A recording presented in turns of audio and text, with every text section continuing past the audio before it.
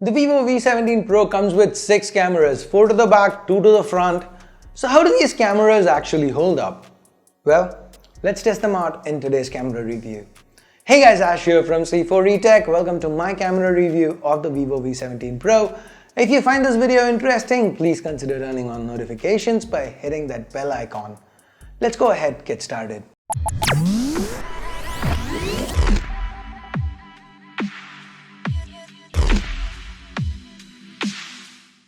Okay, the primary camera to the back is the 48 megapixel Sony IMX582.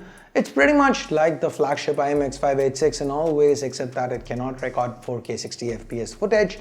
Now that's not really going to be an issue for us anyway, since that's not something the Snapdragon 675 is capable of doing. So let's go ahead, take a look at the samples. Under bright daylight, the Vivo V17 Pro takes good looking shots. We have AI scene detection on board and it works fairly well.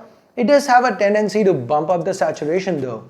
So greens tend to look lusher, skies look bluer, and overall colors seem to pop. Personally, I like the punchy colors. Speaking of things I love the natural bokeh, the background blurring.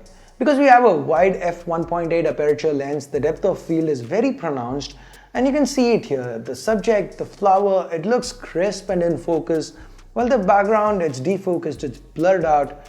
It looks nice, it looks natural. Now like the IMX586, the 582 also takes sharp looking pictures.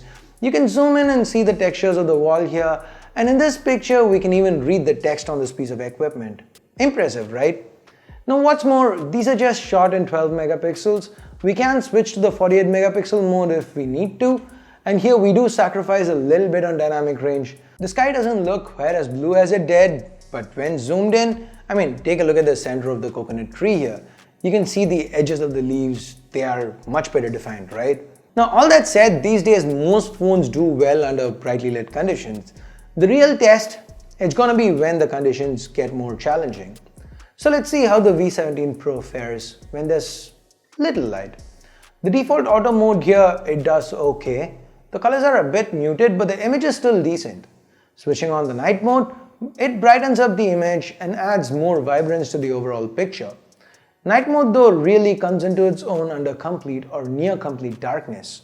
Like in this picture of the hut, it's nearly unusable in the auto mode, but with the night mode you can see it pretty clearly. Sure, in some images like this tree there is a lot of noise, but then it's an okay trade-off considering the subject is at least visible. Taking a look at the other cameras, we have an ultra-wide angle 8 megapixel snapper on board with an f2.2 aperture. So this brings with it a 120-degree field of view, well 108 really if you account for the distortion, but even then it's like you can include a lot more into the frame. Like here you can actually see the name of the apartment in the wide shot. Similarly, you can just see the tree in the regular shot, but you get a much better view of the background in the wide angle shot. Now this wide angle camera has one more trick up its sleeve. It can do macro photography. It can take photos of subjects that are as close as just 2.5 centimeters from the lens, capturing details that sometimes even our eyes cannot. Take a look at this picture. The texture of the petals on this flower, you're not going to get it any other way. Sure, you can digitally zoom into a photo from the primary sensor, but honestly, that's just a blurry mess. Instead of having a dedicated macro sensor that is just too low resolution, I prefer Vivo's implementation here. Now onto that third camera, that's the 13 megapixel telephoto shooter with an f2.5 aperture lens. Now this lets us zoom in 2x. There's a good amount of detail, the colors are vivid, and of course, we get a clean look at the objects that are far away, like the grill on the balcony here, or the flowers. We also get a 10x zoom option, but that one's digital. The last camera in this quad camera array is a 2 megapixel depth sensing unit. The level of background blur by default it's high, but Vivo does let us control that through a slider.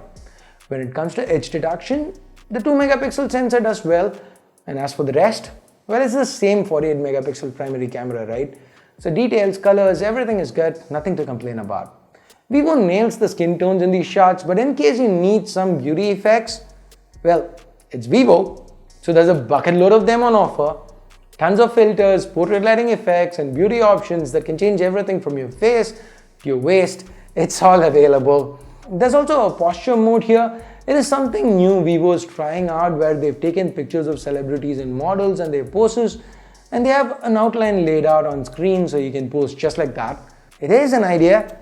We tried it and I guess I can see how some might find it cool, I guess. What about you? Do you see yourself using this? Let me know in the comments. Let me know what you think. As far as video goes, 4K 30 FPS is the limit. The colors look good. There's no EIS at this resolution, which means the footage is a bit jittery. At 1080p 60, we get more stable and smooth footage. We can also capture video with a wide-angle camera, but that's restricted to 1080p 30. Now the V17 Pro has some pretty killer cameras up front as well. And let's take a look at the selfies. The 32 megapixel f2 primary snapper takes crisp shots. There's a bit of over-sharpening here, but there's also a lot of fine detail like on the skin texture. The 8 megapixel wide-angle shooter takes a much more softer image, but that was to be expected given the lower resolution. The wider perspective means that group selfies can be more easily taken. As usual, like with the real camera, we also get a portrait mode here. The edge reduction is decent, but the background, especially the sky, tends to get blown out often. It's a common problem with selfie shooters, but in the normal mode, the 32 megapixel snapper does a very good job of keeping the highlights in check with background HDR. So this isn't really a con, it's more of a nitpick. Anyway, the edge reduction works fine, and the beauty modes, well, they return. You even have a dedicated selfie posture option here. Now that's not all though, we also have a night mode for selfies. It does a good job, especially with the background. We have a dedicated front firing flash and that helps out sometimes. And since this is Vivo, they're calling it Moonlight Cloud. Yeah, naming aside, it does seem to work out fine on most occasions. So let's now round this video off with a quick look at the software. There are a few things here that I really like the ability to shoot RAW in the Pro mode.